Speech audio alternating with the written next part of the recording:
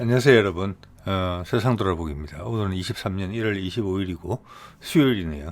날씨가 무척 춥네요. 며칠째 계속.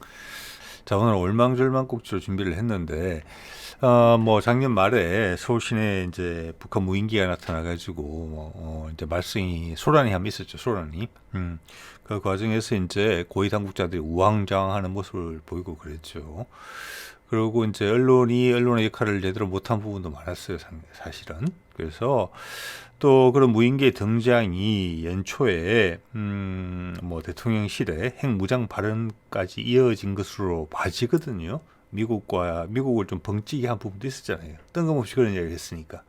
그 외에 여러 가지 미국이 우리를 위해서 장치해 둔 핵 부분에 있어서 그런 어떤 서로 간의 합의, 계약 이런 거를 무시하는 발언이기 때문에 더더욱 그렇죠. 예.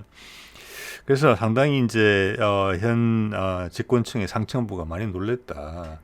그래서 그 드론이 웬만한 드론이 아니었다. 뭐 몇 번 이미 말씀드렸습니다만은 그 드론 사태에 대해서 국방부가 뭐 국방부 장관한테 보고하고 상층부에 보고하는 그 자료에 제 첫 번째가 뭐였겠습니까? 이 드론이 어떤 드론이냐였어요. 그런데 뭐 어떤 사진이나 그 드론의 어떤 기종에 대한 정보는 전혀 공개되지 않고 민간에서 올린 자료는 잘못된 것이다. 그러다가 뭐 여러 번 거짓말도 계속 하게 됐죠. 뭐 용선을 안 지나갔다 해서부터 시작해가지고 어쨌든 그런 부분들을 체계적으로 다루지를 못했어요. 우리 언론에서. 그래서 언론에 이제 본질이 지금의 상태가 어떤지를 한 번 더 확인하게 되는 그런 계기가 됐고, 또 이 윤 정부의 어떤 현 상층부에 벌어지고 있는 그들의 생각의 수준이랄까, 그들이 정권을 지금 담당하고 있는 나라를 통치하는 그 어떤 허술함의 본연의 모습이 많이 드러나는 계기가 됐다. 예. 그리고 그런 모습들을 언론이 지적하지 않았다. 그래서 언론은 편향돼 있다. 그래서 언론이란 말을 붙이기가 좀 그렇다. 뭐 잡지, 정치 잡지, 잡지라는 것은 성향성을 가지는 게 분명하죠. 그래서 정치 잡지라고 불러야 될 것 같다. 언론은 없다. 언이란 말이 상당히 우리 조상들은 소중하게 생각했어요. 그래서 조선 왕조가 그 부실한 모습으로도 500년이나 유지됐던 게 언관이 있어서 그나마 제왕을 단속을 했기 때문에 그렇다는 얘기도 있잖아요. 그렇게 보면 우리는 되게 위험한 상황이기도 해요. 언론이 없는 상황에 살고 있으니까. 예. 그나마 유튜브라는 툴이 있으니까 이제 말씀을 드리는 거죠. 어제도 이제 탱크 이야기를 말씀드렸는데 향후는 뭐 장갑 차고 탱크 전차도 메인 이제 그 주력 전차도 이런 또 무인기를 장착한다고 해요. 뭐 보병들은 말할 것도 없고. 네. 그래서 이제 제가 최근에 러시아가 지금 우크라이나전에서 이제 활발히 사용하고 있는 올란이라는 드론에 대한 정보를 좀 접했기에 그 부분을 여러분하고 좀 소개를 드리려고 해요. 이 부분은 이제 새로 시작되는 부분이고 아직 많은 것들이 쌓여 있지는 않지만 각각의 여러 전장에서 최근의 전장에서 엄청난 위력을 발휘했어요. 예, 그래서 뭐 아주 비싼 무기 체계 이런 거하고는 정반대로 많은 나라에서 이걸 강력히 추진하고 있을 것 같아요. 기술 개발 또 기술 교류. 왜냐? 이거는 빈자의 무기거든요. 가난한 자의 무기거든요. 싸요. 예, 그러면서 나보다 덩치가 큰 사람을 상대할 수 있게 해주거든요. 예, 자, 그런 것에 대한 기초 정보 획득용으로 영상을 활용하셔도 될 것 같아요. 우리도 이 세상에 누구 못지않게 이 드론의 위력에 대해서 엄청 감지하고 있거든요. 그리고 많은 드론을 개발하고 있어요. 그렇지만 상세한 정보는 공개되어 있지 않죠. 근데 우크라이나전을 통해서 그 운용 방식이 많이 공개가 되고 있는 거죠. 그럼 살펴보겠습니다. 자, 이게 오늘의 주인공이 러시아 올란 드론이에요. 올란 10이 있고 올란 30이 있는데 지금 거의 30형식으로 생산되는 것 같아요. 왜냐하면 2011년부터 생산했기 때문에 오래됐어요. 네, 오래됐고 지금 1,500기 이상이 생산됐고 여러 나라로 여러 동맹국에 수출이 됐어요. 그러니까 이게 뭐 이미 오래됐기 때문에 만들기 어렵지 않는 것으로 저는 봅니다. 예, 그래서 뭐 이제 중국이나 북한 같은 곳에서도 이런 기술 습득은 됐을 것이라고 볼 수도 있는 부분이에요. 그래서 우크라이나전에서 활발히 초창기부터 운용을 했고, 우크라이나 측의 이야기를 들어보면은 2022년 12월 기준으로 580대 정도를 격추했대요. 그래서 지금 이제 러시아의 이 드론이 동이 났다. 그런데 이제 여러 가지 이제 경제 금수 조치로 인해서 충분한 부품이 공급이 못 돼서 이 지금 드론의 활용도가 떨어지고 있다. 지금 활용할 수가 없는 거죠. 숫자가 줄어들었으니까.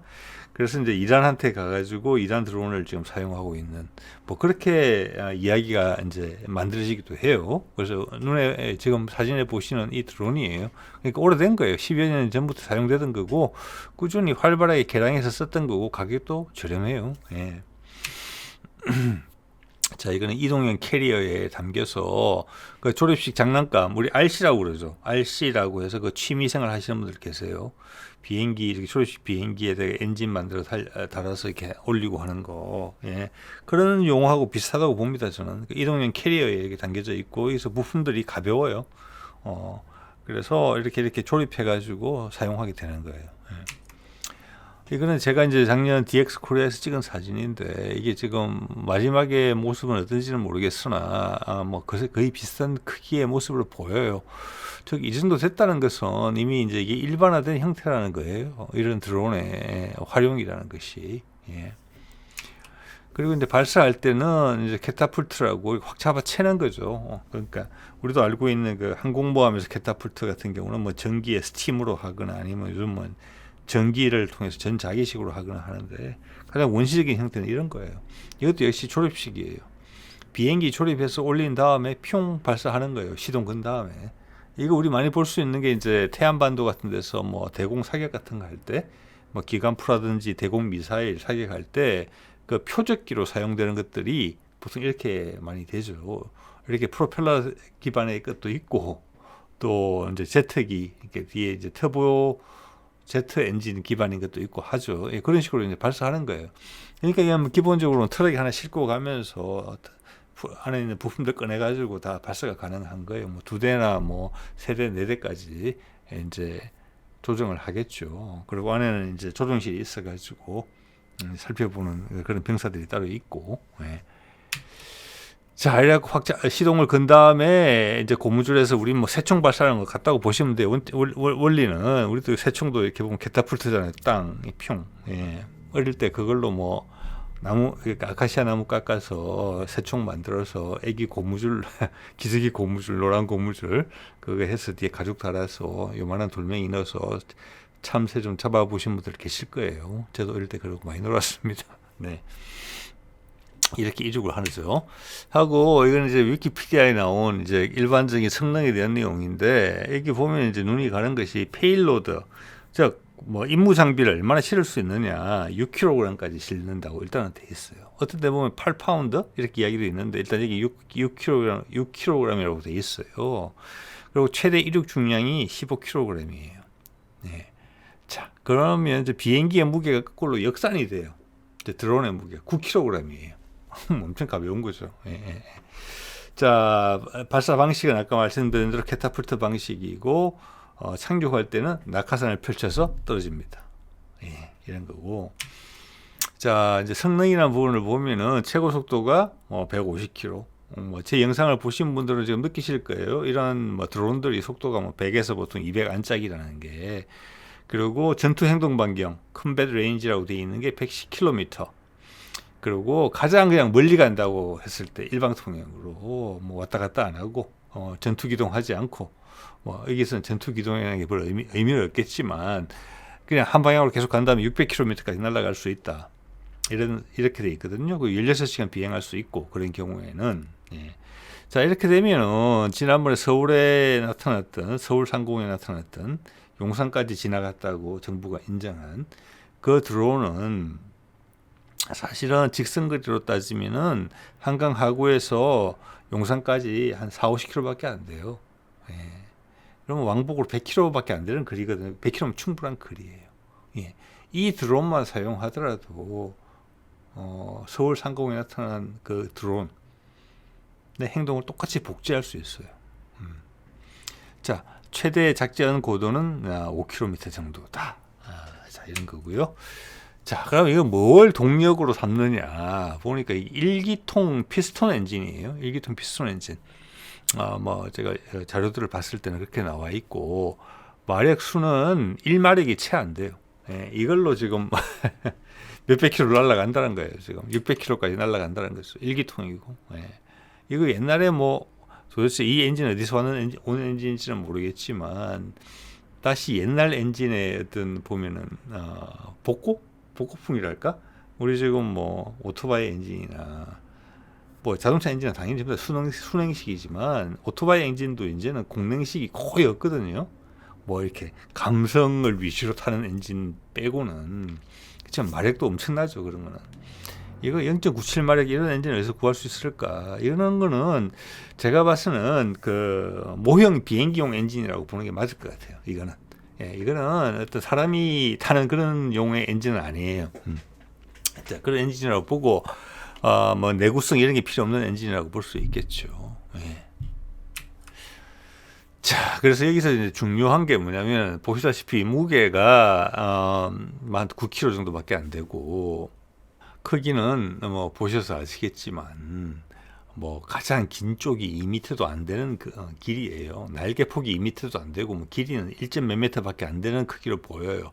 운용하는 병사와 같이 찍힌 사진을 봤을 때 6kg의 임무 중량을 가진데 했는데 지금 이게 이제 러시아 정부에서 공개한 사진 속에 나오는 장면이에요. 박격포탄급 제가 봐서 60mm 박격포탄급쯤 되는 것 같아요. 이런 뭐 무인기를 위해서 따로 포탄을 개발하겠습니까? 예, 이 기존에 가지고 있던 무장을 이제 활용하는 거죠. 제 눈에 봤을 때는 60mm급 박격포탄이에요. 60mm 박격포탄이에요. 예. 이게 두 발씩 해서 네 발을 장착할 수 있어요. 이렇게 밑에 그림 보이시죠? 예. 이렇게 해서 이게 이제 제가 대문 사진에 썼던 건데 이게 투발을 하는 모습이에요. 예. 이게 네 발을 떨어뜨릴 수 있어요. 예. 즉 이렇게 가벼운 기체, 작은 기체, 이 기체 한 번 더 말씀드리지만 이번에 북한이 서울 상공에 날려보냈던 그 기체가 할 수 있는 모든 것을 할 수 있는 기체예요. 예. 자, 오른쪽에 보시면은 이제 EOIR 시스템이 보이는데 이게 처음에 나왔을 때는 온라인 10이었고 그 개선형이 30인데 지금은 대부분 30형으로 이제 출시가 되는 것 같은데 30형은 이제 EOIR 시스템이 이제 보완된 거예요. 이게 할 수 있는 건 당연히 EOIR 시스템이 있으니까 낮밤 상관없이 좀 더 좋은 카메라가 달린 거예요. 예전에 초창기형은 예전에 북한에 그 무인기 우리 불시착해서 우리 주선 거 있잖아요. 그것처럼 뭐 소니 이오스 카메라에 디지털 카메라가 달려 있고 이랬어요. 예, 근데 이걸 벗어났다는 거예요. 지금처럼 이제 본격적인 EOIR 시스템이 달려 있는 거예요. 훨씬 고급 카메라가 들어 있다는 거죠. 줌 당기고 밀고 돌기도 하고. 예. 자, 북한도 그랬을 것이라고 볼 수 있어요. 지난번 박근혜 정부 때 들어왔던 그 무인기에는 이오스 카메라가 달려 있었거든요. 이것도 초창기에는 그랬어요. 지금 그렇지 더 이상 그렇지 않아요. 이거 비싼 무기체계 아닙니다. 예. 이걸로 왜 연상을 못하느냐 이런 의문을 우리 언론 기자들한테 하고 싶은 거죠. 자, 됐고 저기다가 이제 레이저 락곤까지 돼요. 레이저 락곤이라는 것은 레이저를 쏘는 거죠. 그리고 락곤을 하게 되면은 내가 움직이든 상대방이 움직이든 표적이 고정되어 있죠. 또 레이저 락곤을 하는 이유는 뭐겠습니까? 다른 레이저 유도 무기 체계를 유도하기 위해서 그러는 거예요. 항공기에서 발사하는 게 있을 수 있고 지상에서 발사할 수 있는 게 있어요. 훨씬 무서워진 거죠. 예. 당연히 목표 탐색 같은 거는 기본이 되겠죠. 우리 포병 세력을 위해서 또 우리 뭐 지휘관을 위해서 뭐 그 예단급이든 사단급이든 또는 대대급이든 저게 있는지 확인을 해야지 그다음 이제 화력전을 진행할 수 있는 거잖아요. 그게 지금 요즘 전쟁의 핵심이에요. 화력전의 핵심은 활용 정점은 이 무인기 체계예요. 정말 그렇습니다. 자, 그리고 목표 탐색뿐만이 아니라 실제 전장에서 중요한 부분은 뭐냐면 성과 검증이에요.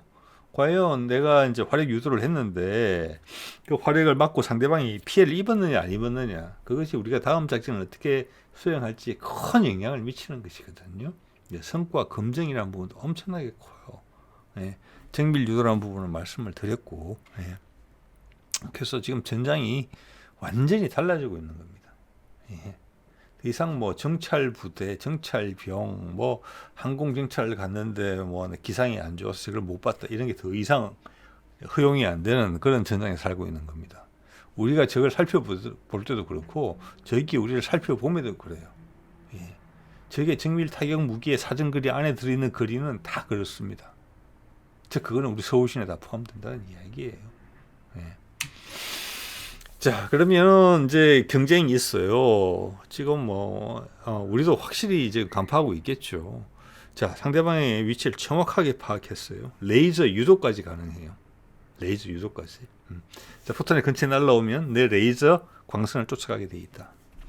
자, 그걸 잘 수행할 수 있는 것 중에 하나가 제가 봐서는 정확하지는 않지만 이런 한국판 엑스칼리버 같은 정밀 유도 폭탄이에요. 이거는 GPS 유도고 INS 유도라서 그냥 좌표를 보고 가는 거긴 하지만, XY 좌표를 보고 가는 건 하지만, 여기다가 레이저 유도 기능만 합하면 움직이는 포탄까지 가요. 자, 죄송합니다. 움직이는 목표물까지 타격 가능해요. 왜냐? 최종 위치에서 자기의 방향을 계속 바꿀 수 있으니까, 위치를, 탄착 지점을. 조종 날개들이 다 있잖아요. 자, 그러면 우리 K9-4로도 지금 뭐 한 50km 가잖아요. 향후 K9-2, 뭐 K9-3 이렇게 나오면 사거리가 더 길어질 거란 말이에요. 장사정거리 포 같은 경우는 지금 뭐 2030년 정도 가면 100km 이상 날아갈 것 같아요, 탄이. 그런데 거기다가 레이저 유도 기능은 더 이상 고가의 품목이 아니라고 봅니다. 아주 간단해요. 일반화되어 있어요. 그러면 외국에서 그냥 수입해 쓰면 되는 거예요, 그 품목은. 그런데 저런 무인기가 표적을 찍어주고 있다. 그러면 이런 포탄만으로도 이동 목표부터 핵심 목표를 다 타격할 수 있어요. 이게 이제 미래 전장의 무서운 점이죠. 우리 K9, 우리 엄청난 포병 화력을 가지고 있잖아요. 세계 제1위라고 해도 과언이 아니에요. 정말로 과장이 아니란 말씀입니다.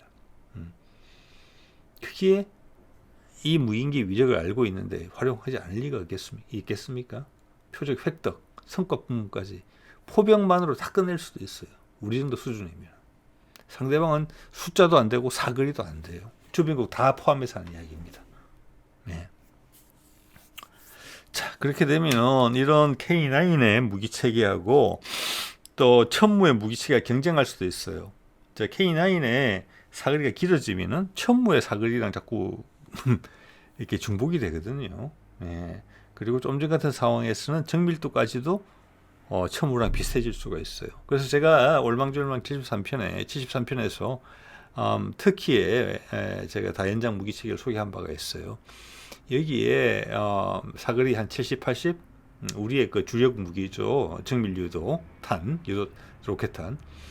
거기에 이들은 레이저 유도를 포함하고 있어요. 기능이 첨가되어 있어요. 우리도 그게 필요하다. 왜? 무인기가 등장하고 있으니까. 지금 같은 경우는 딱 서 있는 표적, 기지밖에 공격이 안 되거든요.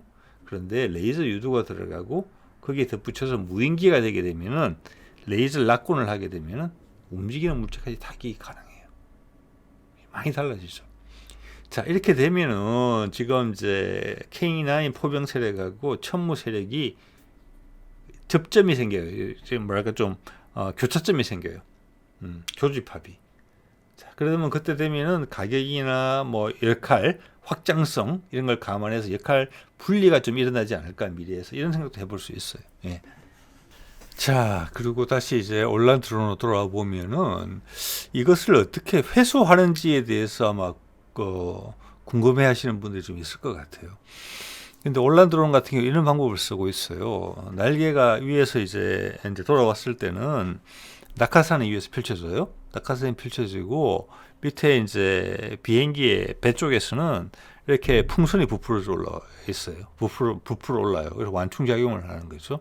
이렇게 떨어지면 그걸 회수해서 이제 다시 재활용을 하는 방식으로 되어 있어요. 그래서 우리 봤을 때 그 속도가 빠르지 않는 드론이기 때문에 착지 위치를 거의 정확하게 조정할 수 있는 것 같아요. 날씨만 너무 나쁘지 않으면. 그래서 이게 뭐 해상에서 운용하는 게 아닌 다음에는 우리도 이 급의 드론은, 제가 봤을 때 이 급의 드론은 우리 한국군의 상황에 견주어 봤을 때는 이 정도 드론은 여단급 또는 여단급 밑에 대대급 정도 드론 정도 될 수 있을 것 같아요. 아니면 그거보다 더 미칠 수도 있어요. 우리 지금 드론을 개발해내는 그게 지금 에너지가 대단하거든요. 그래서 여단급은 안 될 수가 있어요. 페일로드 기준으로 봤을 때. 운용 거리는 충분한데 페일로드, 임무 장비를 실는 그 무게가 지금 너무 약해요. 이거는. 우리가 지금 헬기용 그 여단급 후보로 비추어지는 그 무인기를 봤을 때 헬기로 돼 있어요. 우리 한국 상황에서 그것도 유리할 수 있어요. 그게 더. 그것만 해도 이미 60kg 정도 돼요. 임무 무장이. 60kg쯤 되면은 여러분 천금 미사일을 달 수 있어요. 예. 이것처럼 지금 뭐 60mm 박격포탄 달고 하는 수준이 아니에요. 그래서 좀 더 이제 생각을 해보면 해볼수록 이걸 우리나라 군에 지금 우리 육군이 준비 중인 드론 시스템을 봤을 때 대대급 이하다. 대대급 포함하고 그 이하다. 대대급이나 그 이하다. 이렇게 보여집니다. 그래서 이게 날아가는 거는 이제 GPS나 관성 항법으로 날아가요. 사전에 통과 지점을 설정해서 살 수 있어요. 그게 가장 기본적인 형태겠죠. 전선이 이미 형성되어 있기 때문에 초장거리 드론은 아니잖아요. 그러니까 얘기를 배회하고 오는 거예요. 그래서 목표 탐색하고 내지는 또 성과 확인하고 또 여러 대의 드론을 운용할 거니까 그걸로도 충분할 수 있을 것 같아요. 그렇게 하기 위해서 뭐 GPS나 관성 항법 정도면 충분해요. 그리고 조종사가, 왜냐면 무장을 또 하기 때문에 조종사가 직접 조종할 수도 있어요. 자, 그래서 이게 이제 우크라이나에서 보면은 이게 이제 대드론 제밍을 통해서 불식시킨 게 기체가 몇 개 지금 잡혔어요. 그걸 뜯어보니까 위성 수신 칩 부분에서 미국이나 스위스 제품이 많이 발견이 됐다. 이런 부분이 있고, 또 그렇기 때문에 이제 지금은 이제 무역 제재를 받고 있기 때문에 저런 부품의 조달이 어려울 수 있다. 그래서 러시아가 이거를 완성시키고자 하나 완성시킬 수가 없다. 자국 내에서 부품 조달이 안 되기 때문에. 그래서 이란제 드론을 수입한다. 뭐 이렇게 이제 설명할 수 있는 부분이 있어요. 이거를 분석해 봤을 때 이거는 아주 값이 저렴하거든요. 아주 저렴해요. 이거 뭐 비행기 여러 대 드론 여러 대 포함하고 뭐 발사장치 그리고 이제 컨트롤 센터 다 포함해서 한 2억 정도밖에 안 되는 것 같아요, 값이. 그렇기 때문에 이거는 군용 GPS 아니에요. 그냥 상용 GPS 쓰는 거예요. 정확도가 떨어지잖아요. 그러니까 글로나스 러시아 거, GPS 미국 거, 갈릴레오 유럽 거, 이 상용 GPS 신호를 여러 개를 동시에 활용하는 거예요. 그러면서 오류를 최소화하는 거예요. 이런 목적은 충분하다 이거죠. 아까 말씀드린 것처럼 EOIR 시스템, 레이저 라콘해서 정밀 타격 가능하죠. 예. 자, 목표 탐색, 성과 검정, 이제 포병이 주로 활용한다는 이런 느낌을 많이 주고 있어요. 정 여차하면 스스로 타격할 수도 있다. 이렇게 보였어요. 예. 자, 그러면서 제가 자료를 살펴보다 보니까 19년에 나온 스푸트니커 러시아 쪽의 언론이죠. 거기서 이런 내용이 보여요. 되게 신기했습니다. 그래서 이것도 우리 쪽에서 많이 모르고 있다 그러면 우리 군이나 개발진에서 충분히 참고할 만한 내용, 가치가 있는 내용이라고 생각을 합니다. 여기서 강조하는 게 뭐냐 하면은 이 드론에다가 적군의 위치를 파악하는 게 목적이잖아요. 그죠? 그런데 저기 예를 들어서 참호 안에 있거나 건물 안에 있거나 이러면은 보병들이겠죠. 아니면 지휘부든지 그 위치 모르잖아요. 하늘에서 사진만 찍는 셈이니까 아무리 봐도 모르죠. 땅 속에 있거나 지붕이 덮여져 있으면. 근데 그걸 찾아낼 수 있는 방법이 있겠더라고요. 그게 러시아 사람들의 아이디어예요. 이게 뭐냐면 저도 지금 가끔 우크라이나전의 상황을 보면은 요즘은 그 병사들이 휴대폰을 다 가지고 있더라고요. 통화도 하고 여러 가지 일들도 하고 또는 임무 장비의 일부분이 우리 휴대폰하고 연동이 되기에도 돼 있어요. 뭐 우리도 그런 고민하고 있을 거예요. 미군도 그런 고민하고 있는 걸로 제가 들었습니다. 예. 그러면 그 휴대폰이 그 중계 기지하고 통신이 돼야 돼요. 맞죠? 난 단말기니까. 쉽게 말하면 이거예요. 그게 군용 중계기일 수도 있고 민간 중계기일 수도 있어요. 맞죠? 근데 그게 없이는 휴대폰을 못 쓰는 거잖아요. 그죠? 예, 그래서 중계기지가 군용 같은 경우는 늘 따라다녀요. 전선에. 예, 지금 휴대폰 없이는 되는 게 없으니까. 예. 그런 상황에서 우리도 여러분 사람이 실종되거나 이러면 신고를 하면 자 개인정보 뭐 이용 동의를 득하고 보호자 정도에 득하고 위치 확인 서비스를 가동시킬 수 있잖아요. 즉 사람의 위치를 찾을 수 있어요. 휴대폰을 가지고 있다면. 그렇죠? 그것을 해킹한다고 보시면 돼요. 이 드론이 그거의 가짜 중계기 역할을 하는 거예요. 그래서 그 신호를 받으면은 위치 확인 서비스랑 똑같아요. 여기 뭐 예를 들어서 한 20채 마을에 한 20채의 건물이 있어요. 거기에 적의 병력이 숨어 있어요. 어딘지는 몰라요. 드론으로 봐서는. 그런데 휴대폰 신호를 딱 보면은 저기서 왼쪽에서 5번째 건물이구나. 화력 유도 이렇게 된다는 거예요. 이거를 지금 우크라이나전에서 활용하고 있는 것 같아요. 제가 봤으면. 예. 이거 우리 쪽에서 많은 우리가 당하는 입장 또 우리가 공격하는 입장 양쪽 다 생각해 봐야 될 요인이라고 생각을 합니다. 이거. 예. 자, 또 하나는 이 드론이 FPV로 이제 운용이 가능한다는 것인데 이건 아마 공격할 때 있는 것 같아요. 제가 봐서는 이 기능은 우리나라 전장, 특히 동북아시아 전장에서는 훨씬 더 요긴할 것 같아요. 지금 우크라이나나 러시아 전장을 보면은 방풍림 빼고는 전부 다 개활지잖아요. 산도 없고 숨을 데도 없고. 예? 우크라이나 흑토 지역 말 그대로더라고요. 근데 우리는 달라요. 사시사철 나무가 있어요. 예. 즉 그 말은 드론이 훨씬 저공으로 가까이 접근해야 돼요. 드론 조종에 정밀도가 훨씬 필요해요. 그렇기 때문에 우리는 이제 고정익 형태도 필요하겠지만 헬리콥터 형태의 드론도 상당히 유용하다. 그래서 쿼드콥터라는 형태도 상당히 유용하다. 그래서 지금 4단급 무인기에는 쿼드콥터들이 경쟁하는 것 같아요. 제가 봐서. 예. 그러면 예를 들어서 나무 사이에 동굴. 그런데 5m, 10m, 뭐 20m까지 접근해서 선 상태에서 살펴보겠다는 거거든요. 그럼 조종의 정밀성도 요구가 돼요. 예. 자, 요즘 인기가 있는 것이 이거 같아요. 말씀드린 FPV, First Personal View. 이게 뭐냐면은 이렇게 단말기에서 보는 게 아니라 그 단말기가 내 고글에 들어가 있는 거예요. 이렇게. 그래서 내가 실제 조종하는 거하고 똑같은 느낌을 줘요. 예.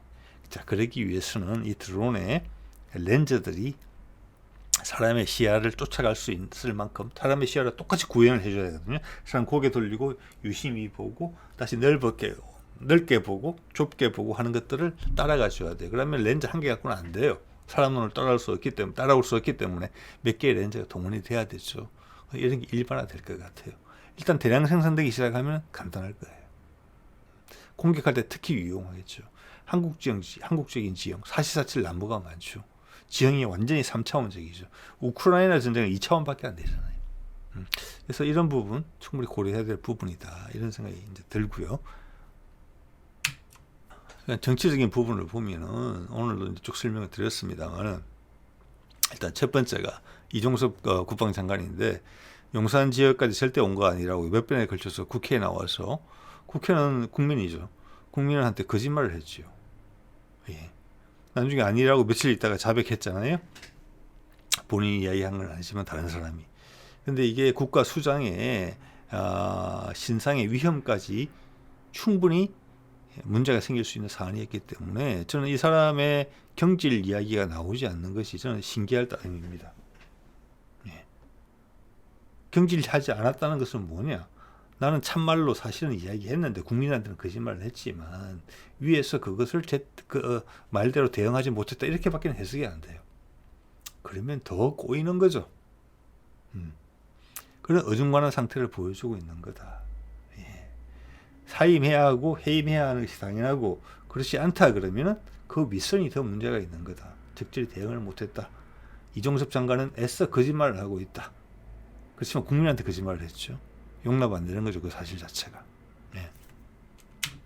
그리고 이정섭 장관이 영공 침투한 무인기는 2m 정도 크기로 무장이 불가하다고 이야기를 분명하게 했어요. 다운표 보이시죠? 그러면서 사진과 기종을 공개하지 않았어요. 그러면서 각 언론사에서 올라온 것은 우리 훈련기다, 우리 기체다 라고 해서 많은 언론에서 정정 보도까지 냈어요. 기다렸다는 듯이. 절대 아니라고 봅니다. 그러면 그들이 사진과 기종을 공개를 했어야죠, 먼저. 네. 자, 그리고 이건 이정섭 장관이 이제 이 사람이 직을 맡은 지가 작년 뭐 5, 6월 달부터니까 작년 가을이나 초여름이 뭐 초가을 정도 되겠죠. 25사단 방문해서 아마 드론을 전문적으로 운용하는 시험 부대, 시범 운용하는 부대를 방문해서 찍은 것 같아요. 제가 보기에는 대대급 정도 되는 것 같은데 25사단이죠. 여기 수많은 드론들이 보이죠. 예. 그걸 앞에 놓고 기념 촬영까지 했는데 2m짜리 드론에는 폭탄을 장착할 수 없다? 라고 했으면, 모르고 그랬으면 무능력한 것이고, 알고 그랬으면 대국민 거짓말을 한 것이죠. 두 개 다 큰 문제죠. 예. 그리고 한술 더 뜨는 것이 대통령실이에요. NSC를 수집할 상황이 아니었다? 보고 다 인정했잖아요. 용산을 지나갔다. 무인기 사진을 공개 못하면서 정찰 무인기이다. 그러니까 거꾸로 다 뒤집어서 이미 뒤집어진 것은 용산을 통과했다죠. 그것만 하더라도 그때 그 진위를 모르고 그들의 무인기 행동 반경을 우리가 정확히 몰랐다 하면서 그것을 무인기를 자폭 무인기가 아니라고 배제를 했다는 것은 반기죠, 자기 임무에. 특히 안보실장이 할 이야기가 절대 아니죠. 그래서 NSC 소집할 상황 아니었다. 이것은 안보실의 판단이에요. 이 사람이죠. 그래서 이 발표를 할 때만 하더라도 용산은 오지 않았다. 그리고 그렇기 때문에 NSC를 할 상황이 아니었다. 이 정도라도 조금 빠져나갈 국면이 있긴 있었어요. 그렇지만 이제는 전혀 아니죠. 자, 이런 말들을 종합해 볼 때 지금 그림 속에 국가안보실장이 하는 이야기, NSC는 국민 안심시키는 지표 아니냐라고 말을 하는 것이 지금 27, 28일 그때 나온 보도인데 지금 종합적인 상황이 다 어느 정도 조금 더 파악이 된 지금 상황에서 보면 말이 안 되는 거죠. 네. 첫 번째, 국가안보실장이 상황을 몰랐다. 국방장관이 거짓말로 보고했다. 합참의장이 거짓말로 보고했다. 또는 둘 다 제대로 알고 제대로 보고했는데 대통령이 무시했다. NSC를 할 여건이 안 됐다. 그 어디 중에 하나예요. 그렇지만 아까 국방장관을 비판한 것처럼 지금 안보실장은 이런 발언을 했기 때문에 기본적으로는 이것만 가지고도 똥과 된장을 구분 못하는 국가안보실장이에요. 이 사람도 해임돼야 돼요. 이 사람을 해임하지 않는다는 것은 그 윗선에서 문제가 있었다는 것을 자인하는 것밖에 안 되는 것이죠. 예. 자, 오늘은 이 정도 하겠습니다. 네.